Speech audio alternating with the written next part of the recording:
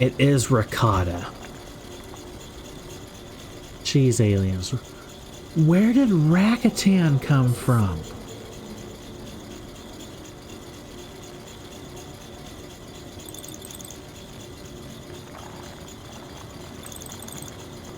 I know Rakatan is something. I have no idea what it is. But it is ricotta. You're right, it's cheese. I got the cheese. It's right there. Ricotta computer. Nice. Okay. Ricotta computer. The cheese. The cheese people. The Italian cheese. Now I get the joke. My mind saw that as Rakatan, and I've been saying that for the last... oh, I don't know how long now. Welcome back, Revan. It has been some time since you last accessed my database. I was beginning to wonder if you had been terminated. I mean, kind of? You recognize me. Of course. The builders constructed me with a full range of sensory input systems to complement my fully aware and self-sufficient capabilities. I recognize your appearance from last visit, which is stored in my databanks. However, I am detecting some significant changes in your composition since your last visit. Your neurological patterns exhibit subtle yet substantive alterations in both thought patterns and information processing. These changes have been noted and recorded in my database. What are you? I am a completely self-sufficient, autonomous, interactive database constructed by the Ricotta. However, since the collapse of the Infinite Empire, there have been few events worth recording, and nobody has sought to access information stored within my database until you came along.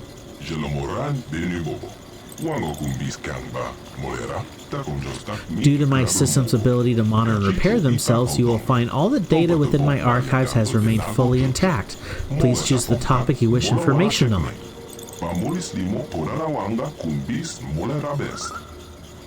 Oh, this is going to be a lot. Huh. Can you tell me anything about the star maps? Tell me about the Star Forge. The Star Forge was constructed during the apex of the Infinite Empire's power, a true technological marvel. It is an enormous space station that serves as both factory and battle dreadnought. The Star Forge can mass-produce immense fleets with a minimum of time and resources. In addition, the Star Forge also shares much of the same technology used in my own construction.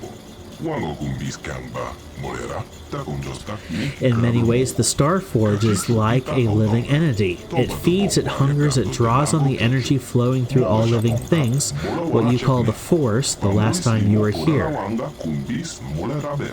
Oh, the ability to feed and consume the living energy of the Force is the key to the Star Forge's power, but ultimately it was also what led to the destruction of the Infinite Empire.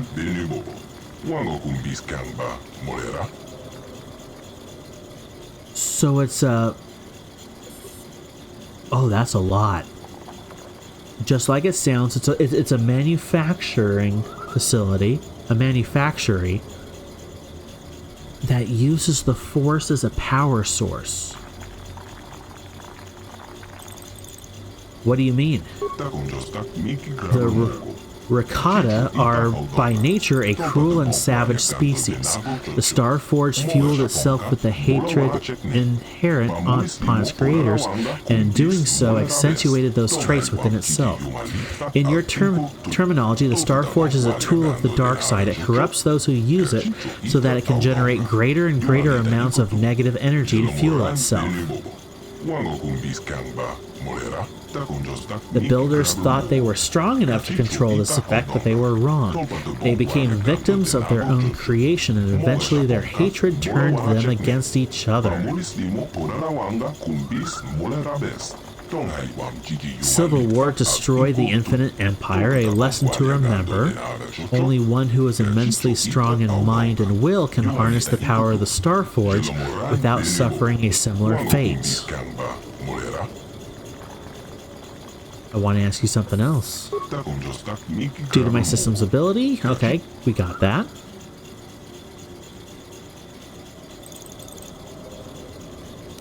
How can I shut off the disruptor field around this planet? The disruptor field was constructed as the Star Forge's primary defense against enemy attack and can only be deactivated from the upper levels of the temple. How do I get to the upper levels? My systems control the doors to the upper levels, allowing only those who are worthy of the Ricotta legacy to pass. The last time you were here, Revan, I unsealed the doors for you. However, the subtle neurological changes I detected in you earlier likely caused a failure in the recognition system that would have opened the doors for you. Ah. I have updated my database to recognize the new configuration in your mind, Revan. The doors to the upper levels will once again open for you.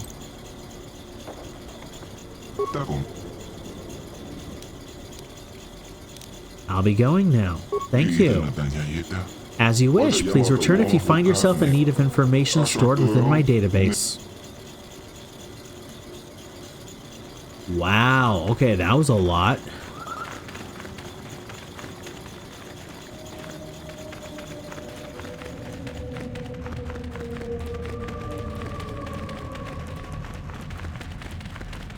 So now, in theory, that one door that wouldn't open for me should open.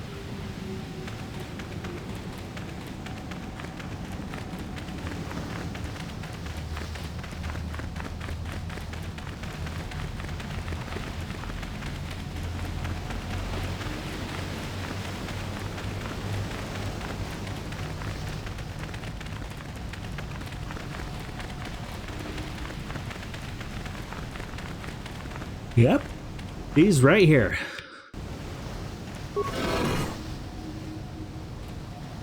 Here we go.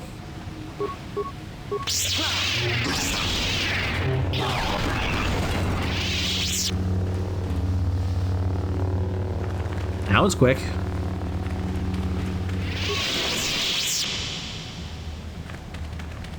Going up.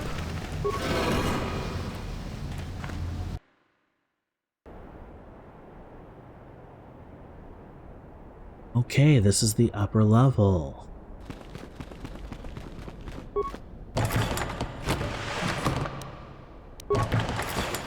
Empty? Oh.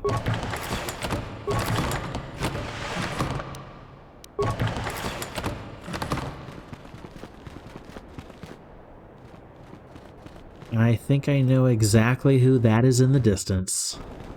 Oh no, not Bastila.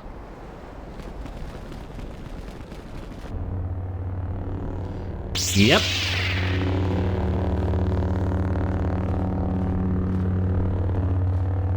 Hey girl.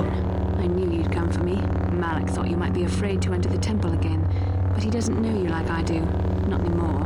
Not since you've changed. Quickly, Bastila, come with us. We have to escape before Malak arrives. Escape? You don't understand. I have sworn allegiance to Lord Malak and the Sith. I am no longer a pawn of the Jedi Council.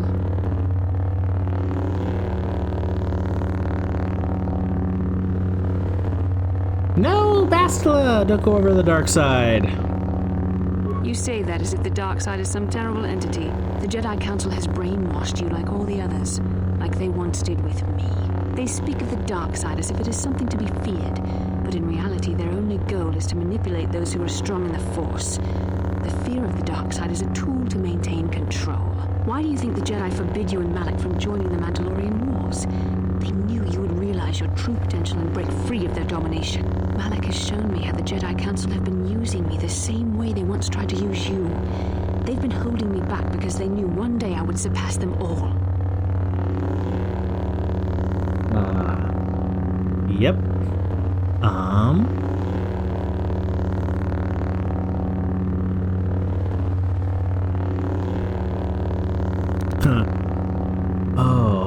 Okay, some of these are interesting.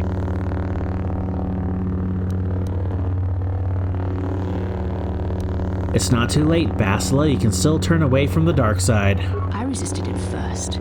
I endured the Sith torments with the passionless serenity of a true Jedi, emptying my mind. But after a week of endless tortures, I finally saw the truth. Malak forced me to acknowledge my anger and pain. He showed me the liberating power of these emotions. Then he made me see how the Jedi Council has denied me what is mine by right. The Jedi Council gladly used my battle meditation in their wars, but they still treated me like a child, like an inferior. They were jealous of my power, of what I could become. They wanted me to bow and call them master and follow their code and obey their every order. But all the while they were exploiting my battle meditation for their own use.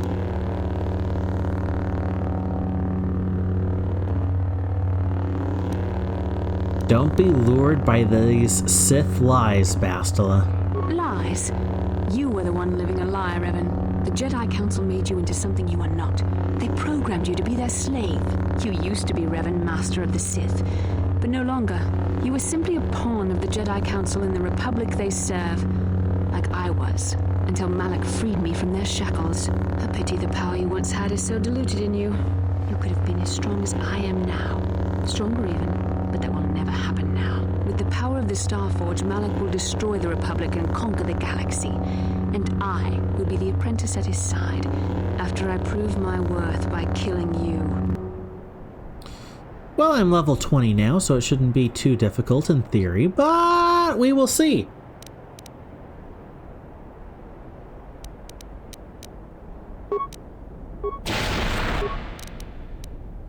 Open with a force wave, because why not? That is what a Jedi.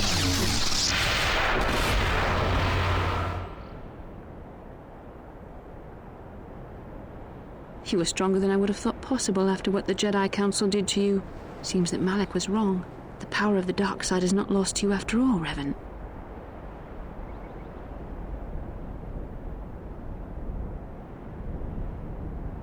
I draw my power from the light now, Bastila. You can deny what you are, Revan, but you're only fooling yourself. I know the truth. I have seen the shadows inside your mind, remember? I was there when you nearly died in the trap set by the Jedi Council. I used the Force to preserve your life, Revan. We are forever linked by my actions on that bridge. That is how I know you will come back to the light. These are not your true feelings, Revan. You are speaking as a tool of the Jedi Council, as I once did. But now I see how the Jedi used us both. The Council tried to exploit the bond between us. They hoped I would draw out your memories to lead them to the Starforge. We were slaves to their will, like all who follow the Jedi Code. But in our shared visions of the star maps, I also felt the so-called taint within you. I resisted it at first, but now I embrace the power of the dark side. Your dark side. But it's not my dark side. It is the dark side, but it's not mine.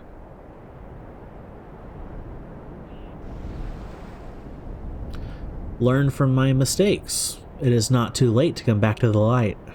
Mistakes? No, Revan. The only mistake you are making is the one you are making now. You deny yourself the power that is yours by right. Only now do I realize how strong you are. You deserve to be the true master of the Sith, not Malak. I see this now. Together we can destroy your old apprentice. Join with me and reclaim your lost identity.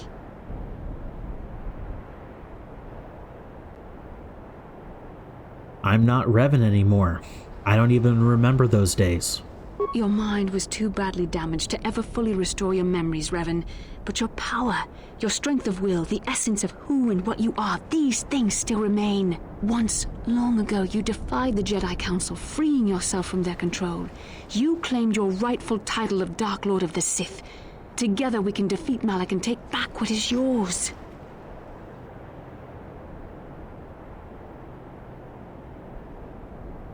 Turn away from this path, Bastila. The dark side only leads to destruction.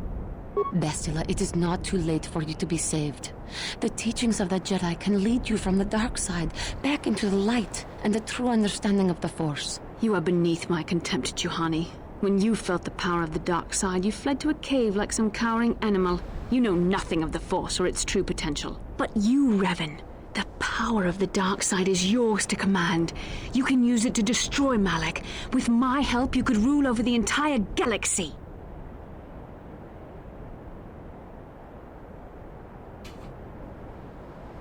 Sorry, my wife needed me real quickly. The Dark Lord Revan is dead. I am a servant of the light now. You were a pathetic fool, Revan. Together we could have defeated Malak and ruled over an empire. But now, I will be at Lord Malak's side instead. You will be crushed with the Republic and all the fools who bow down to the Jedi Council. No one can stand against the power of the Starforge and the Sith fleet.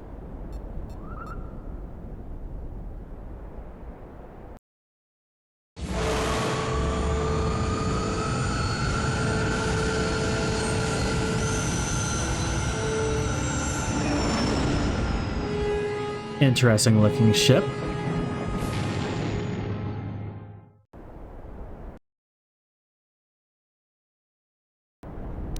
Ah, light side points gained 4,000 experience points. Okay.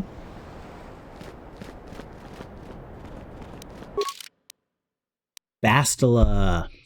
Malak has turned Bastila to the dark side. You confronted her atop the Rakatan. Oh, no, I was correct. Rakata, the Rakatan Temple. That's those Rakatan warriors I was seeing before. The Rakata people, the Rakatan Temple. Okay, noun possess. Gotcha. Oh, this is confusing. But she has escaped. No doubt she has fled to the Starforge.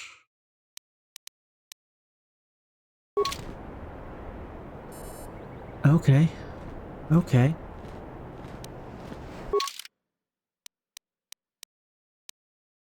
Quickly clear off some of these things.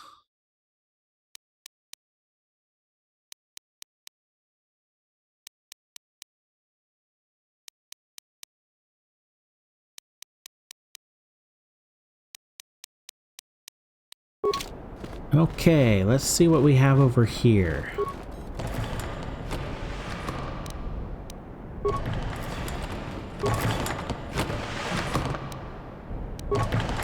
Yep, more general supplies and a computer.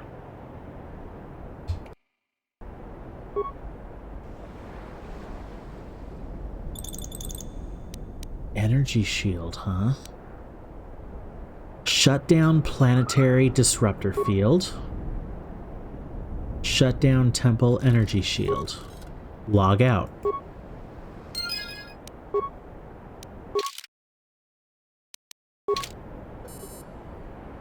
Okay. Cool looking place.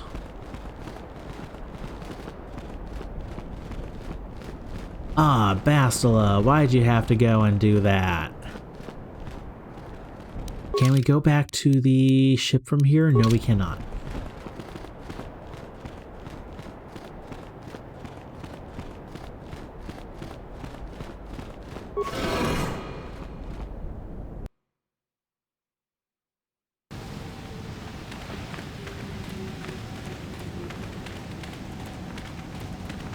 Okay, so I think we need to go back to the Ebon Hawk, because I think we're about done here.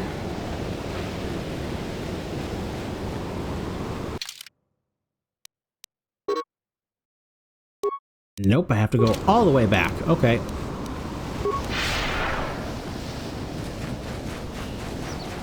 No fast travel for you.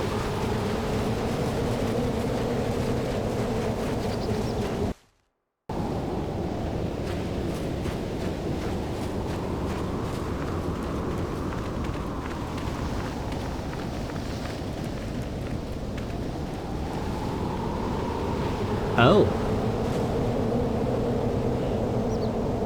Everyone's out and about down there. That's not good.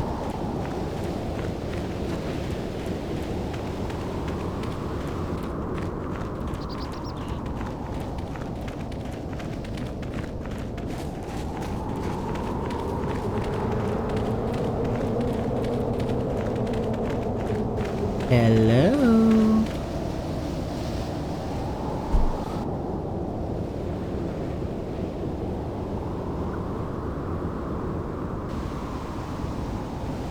You're back. But where's Bastila? Is she alive? What happened inside that temple? A lot.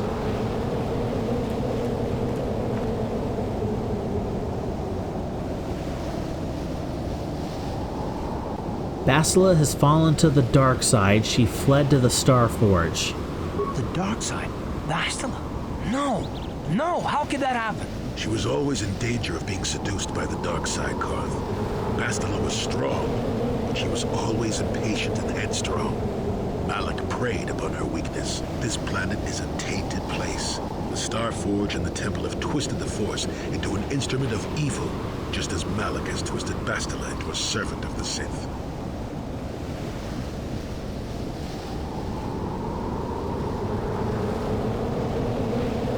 She can still be saved, can't she? Malak has a strong hold on Bastila now. It will be difficult for her to break free of his influence, especially considering her long association with you. Remember the bond that was forged between you when she rekindled the spark that was your life. Through that bond, she touched your memories, and also the echo of the dark taint within you. But there's still hope for her, right? I mean, Revan rejected the dark side, so Bastila could too, right? We still might be able to save her.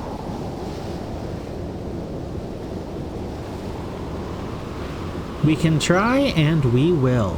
I don't know what fate awaits us, but I sense Bastila still has a role to play in the events to come. I have no doubt she will be waiting for us on the Starforge. No doubt. But let's go then before she has time to organize a bigger welcoming committee. With these ship parts, you may be able to repair the Ebon Hawk's hyperdrive.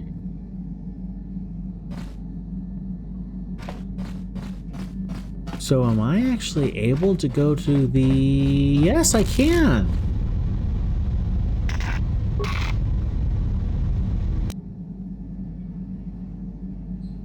Click and fix. The hyperdrive has been repaired and is functioning properly.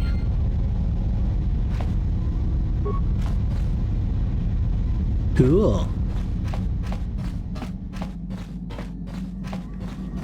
Hey everybody.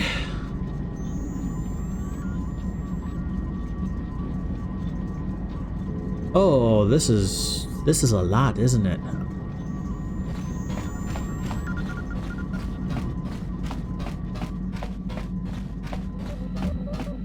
Okay, do I click on this? Right there, okay. Starforge. This space station is of an unknown configuration and has no entry in the Republic archives.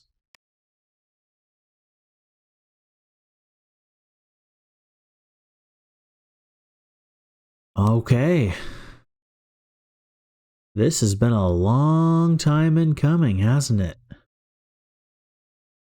Travel.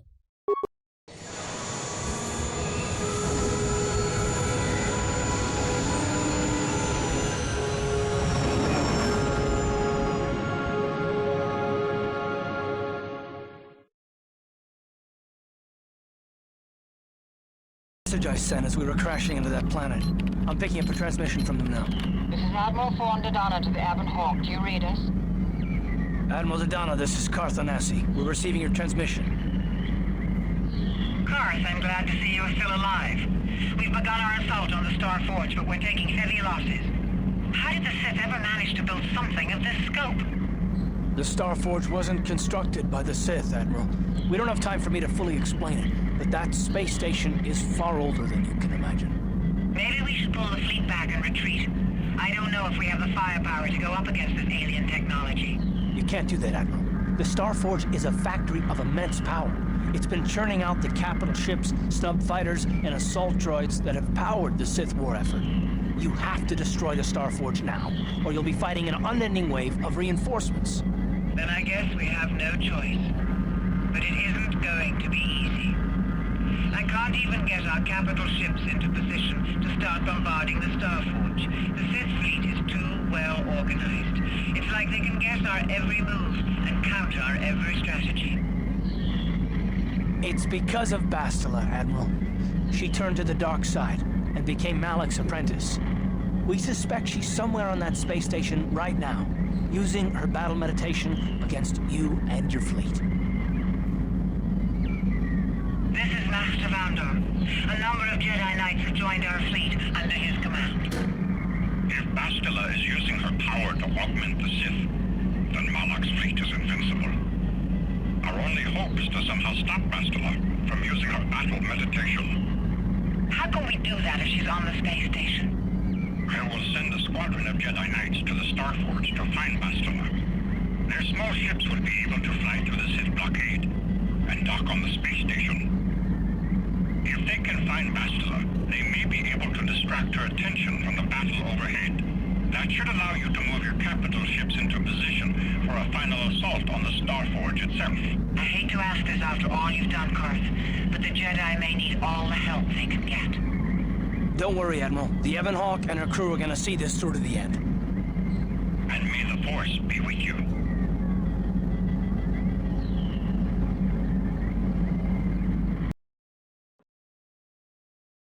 The final battle.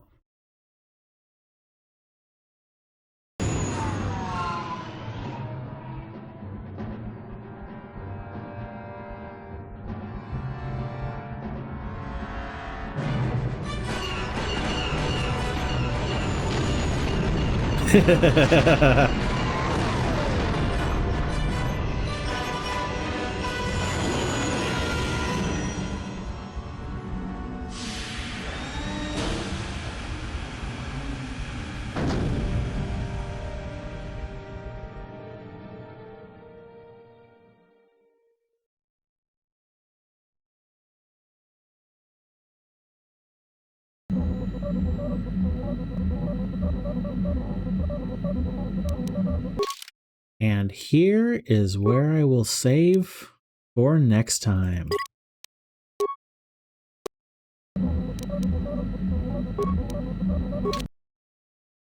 Wow. Hey everyone, and welcome back to the Real Talk segment. So today, or tonight, or whatever time it is, wherever you are, was a little unsure what to talk about, but I had something kind of come into mind tonight that alludes to some things I've talked about in the past. And the prompt I wrote down is, we need to be open to change. Just because you ask/pray for something doesn't mean it is something that you actually genuinely want. And a little clarification with this, what I mean by this is, I've spoken at pretty good length about my struggles with chronic illness, fibromyalgia and chronic fatigue syndrome, and how it's been 5.5 years now that I've had these fairly debilitating chronic illnesses in my life with them. And I also talked recently about a drive I did where I was just kind of thinking and praying and soul searching, I guess would be a good term for it, and praying to God about it, asking for healing. And kind of during this drive and introspection that I was going through, kind of realized that in my deepest heart of hearts, I didn't really want to be healed. And it kind of sounds weird, like here I have a debilitating illness, but I didn't want to be healed. And I think that has to do with comfortable misery is more tolerable than something that is unknown. And from my own observations of the world, I think many people, and I mean it when I say that, I believe many people are stuck in that similar state. And it doesn't have to be just something illness or health related. It could be a hobby, it could be a relationship, it could be a career, it could be something that you're not happy with, or you're in an uncomfortable position, or something you don't like, but you are kind of stuck in that position. You are kind of stuck in that comfortable misery because of the fear of the unknown. And going back to my example of this drive that I went on, I kind of realized that because I have been chronically ill for so long, that even though I, on the surface level, wanted to be healed, I had been sick for so long that it had become familiar. And to a very real degree, I don't really remember what it's like to be healthy. I don't remember what it's like to not be under a chronic illness and just have that disability. Because through the fibromyalgia and chronic fatigue syndrome that I deal with chronic pain and chronic fatigue all day long, every day.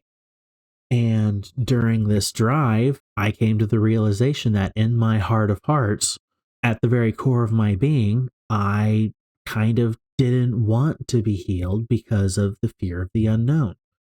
And when I came to that realization, it was quite emotional for me, surprisingly so. And I'm not the most emotional of people, but it was for me quite an emotional experience. And it took a while for me to kind of process it and think about it and kind of fully understand it and absorb it. And after that, I then genuinely prayed, God, please heal me. Heal me from these chronic health issues that I face all the time. And it kind of goes into a whole nother blessing / promise of healing that I got from God a ways back that I am currently right now faithfully waiting for. I haven't been healed yet. I still very much have my chronic health issues, but kind of before where it felt like a hollow prayer of God heal me, but I didn't truly mean it. Now it does. It feels true. It feels genuine. It feels like it's something that he will answer eventually. Of course, it's always in his timing, but it will happen eventually. And using this as an example, coupled with my observations of the world, many people are stuck in a comfortable misery.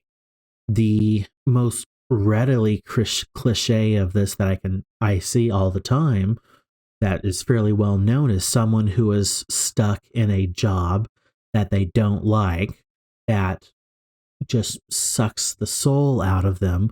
It could be because it's a good job, or it could be that they're afraid of moving on to a better job, or they don't know what other options they possibly have. This is an actually rather common thing. People stuck at a job they don't want. And it at the end of the day, even if it pays well, it's not worth it because you don't have the joy in it. You don't have the fulfillment. You don't have the drive to keep going on with it. It sucks the soul out of you. And other people have the comfortable misery when it comes to sometimes relationships, being stuck in a bad relationship, let's say, or you in this, like the circumstance of either a hobby or an interest where you really want to do something, but the fear of the unknown or the just taking that first step is difficult. So I'm unsure exactly where to go with this, but fear of the unknown is definitely a difficult thing to surpass and conquer. And oftentimes it's not just a singular choice. To conquer the fear of the unknown, to break free of the comfortable misery, can be a lengthy process. In terms of fear of the unknown, that is potentially a lifelong endeavor because tomorrow is always an unknown. When it comes to a specific thing, like me with my chronic illnesses and prayer for healing, it took a few hours to a few days for me to fully comprehend and contemplate and accept how my mind was thinking before. And then again, to fully understand the new position of, okay, God, I truly want to be healed of this chronic illness. So if you are stuck in a comfortable misery, take time to examine the position you're in and see if there are, because there's always ways out of it. God always provides ways out. Sometimes we can't always see it ourselves, so maybe talk to a friend, maybe talk to a parent, maybe talk to a mentor or a teacher, whoever that is. They might be able to see options where you can't. If you have fear, talk to a counselor, talk to a mentor, talk to someone that you can trust, and they might be able to help you and give you that encouragement to take that step and move forward. Goodness knows I spent a lot of my early life in fear. Oftentimes I didn't even realize it, but I was in fear. I was paralyzed. I was not doing what God wanted me to do, or I was just paralyzed, not acting, and a very ineffective person, not just spiritually, but in practically every way. So, to a certain degree, I'm playing catch up. To a certain degree, I'm slowly evolving into the person God truly wants me to be. And ultimately, it'll be a lifelong process, and better late than never. But at the same time, I have lost time that I'll never be able to get back. So, wherever you are at on that journey, please take a little encouragement from me and step out in faith and move forward. Don't let fear rule. Don't let fear take control. Don't be stuck in comfortable misery. And that's all I got for tonight. Thank you everyone for showing up, and I'll see everybody next time. Bye.